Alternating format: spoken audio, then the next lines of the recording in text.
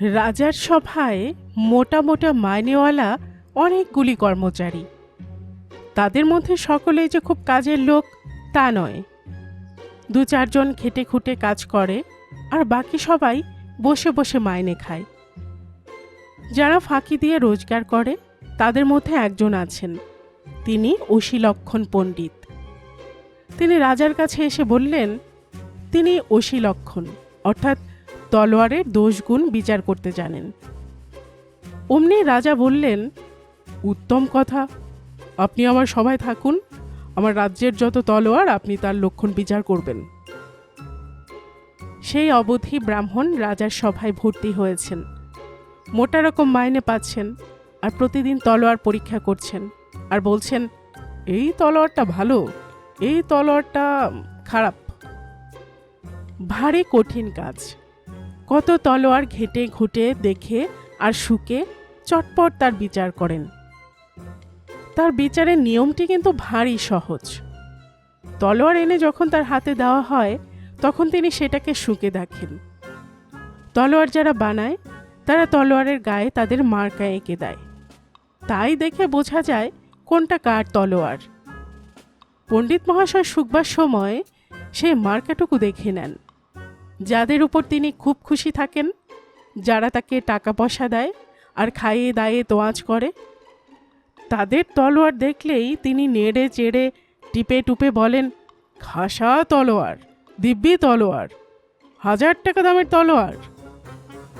আর যাদের উপর তিনি চটা, যারা তাকে ঘুষও দেয় না, খাতিরও করে না, তাদের তলোয়ার যত ভালোই হোক না কেন, তার কাছে পার পাওয়ার জো নেই।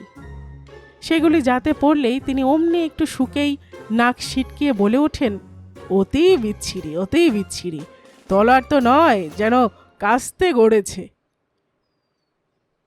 এমনি করে কত ভালো ভালো কারিগর তাদের চমৎকার তলোয়ার বানিয়ে আনে, কিন্তু বিচারের গুণে তার 2 টাকাও দাম হয় না। এর মধ্যে একজন ওস্তাদ কারিগর আছে, সে বেচারা মন প্রাণ দিয়ে একখানি তলোয়ার করে, আর বিচারক মশাই দূর দূর করে সব বাতিল করে দেন। এই রকম হতে হতে শেষটা কারিগর গেল ক্ষেপে। একদিন সে করল কি, একখানি তলোয়ার বানিয়ে তার গায়ে বেশ করে লঙ্কার গুঁড়ো মাখিয়ে অশীলক্ষণ পণ্ডিতের কাছে এনে হাজির করল। পণ্ডিত নিতান্ত তাচ্ছিল্য করে, আবার কি গড়ে আনলি বলে যেমনি তাতে নাক ঠেকিয়ে শুকতে গেছেন, অমনি লঙ্কার গুঁড়ো নাকে ঢুকতেই হ্যাঁচো করে এক বিকট হাঁচি, আর সেই সঙ্গে তলোয়ারের আগায় ঘ্যাঁচ করে নাক কেটে 2 খান। চারিদিকে হইচই পড়ে গেল, জল আন রে, কবিরাজ ডাক রে। ততক্ষণে তলোয়ারওয়ালা লম্বা লম্বা পা ফেলে তার বাড়ি পর্যন্ত পিঠ টান দিয়েছে। অশীলক্ষণ পণ্ডিতের মহা মুশকিল। একে তো কাটা নাকের যন্ত্রণা, তার উপর সভায় বেরোলে সবাই খ্যাপায় নাক কাটা পণ্ডিত বলে। বেচারের এখন মুখ দেখানোই দায়।